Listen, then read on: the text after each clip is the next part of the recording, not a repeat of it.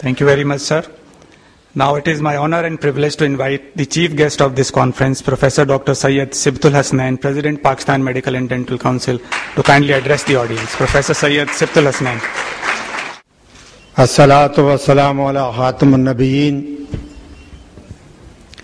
Professor Masood Hamid, Professor Salahuddin, elite of the medical profession and the medical journalism, ladies and gentlemen, Assalamu alaikum. It's really a matter of privilege for me to be here with the elite of a medical profession who is dedicated to teach the teachers. Long ago, when I started my career as assistant professor, final year MBBS exam was conducted in King Edward Medical College, and external were from Karachi, from Peshawar, from Quetta, from Dhaka in those days. And at the end of the exam, my head of department, he told his friends, colleagues, that well, you have come from so many far-off places, and it will take a long time when you send your results of the paper being marked, and could you do that in a quicker way? They said, okay. And next morning, one of the examiners brought the papers, 250 paper marked overnight. Well, you can take the inference how that paper was marked. I am witness to it. Then they were talking that who should be the first. And one of them said, let us throw these papers from the floor one, and the paper who is heavier will go ahead of all and make him first. So with this background, I started my teaching. And these thoughts always haunted me. That, look here, I have done my FCPS, I have done MRCP, somebody has done FRCS. What he has done? He has learned some knowledge and clinical skills, and he has come back and he has started teaching. Who made him teacher? And then I asked myself, how am I teacher? How am I paper setter? And how I am evaluator the next day? And these questions have been haunting me till the time came that we started developing structured examinations, ASCII examinations, taking away the bias away from the examiners, making more objective, making less subjective. So all these things have gone through a process of evolution. And mine and Professor Masood's associations runs into decades of bringing this change at our level while working at different forums.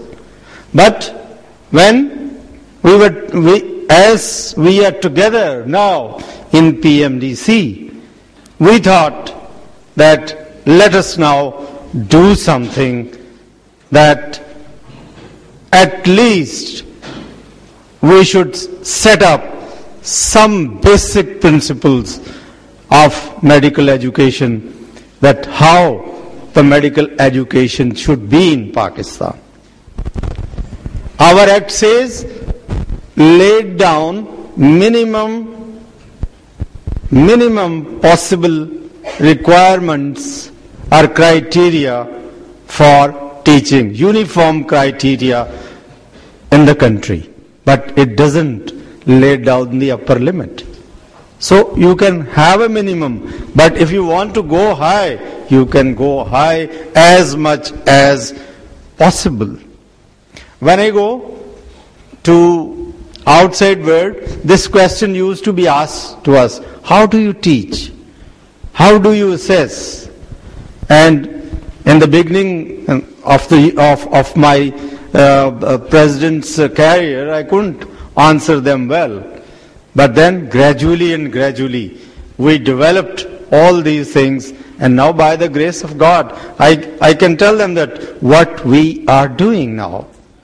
See, long ago, at least about 2 years back, PMDC decided that whosoever wants to change and wants to convert on a hybrid or even higher, a step higher, can do it. And we selected few places. One of that was Dow University of Health Sciences. And we also said that we will see and observe that how this thing works in our setup. By the grace of God, we started at 3 or 4 places. Here, Ziauddin, Aga Khan, and one in Punjab also. Our results are very encouraging. Very, very encouraging. When I talk of Aga Khan, Rukhsana Zuberi comes into my mind, and I always say that I had 2 Zuberi sisters of mine in Karachi. And you must have understood. One was Sarwar Jahan Zuberi. She was my elder sister, and she is my younger sister. Both are blessed.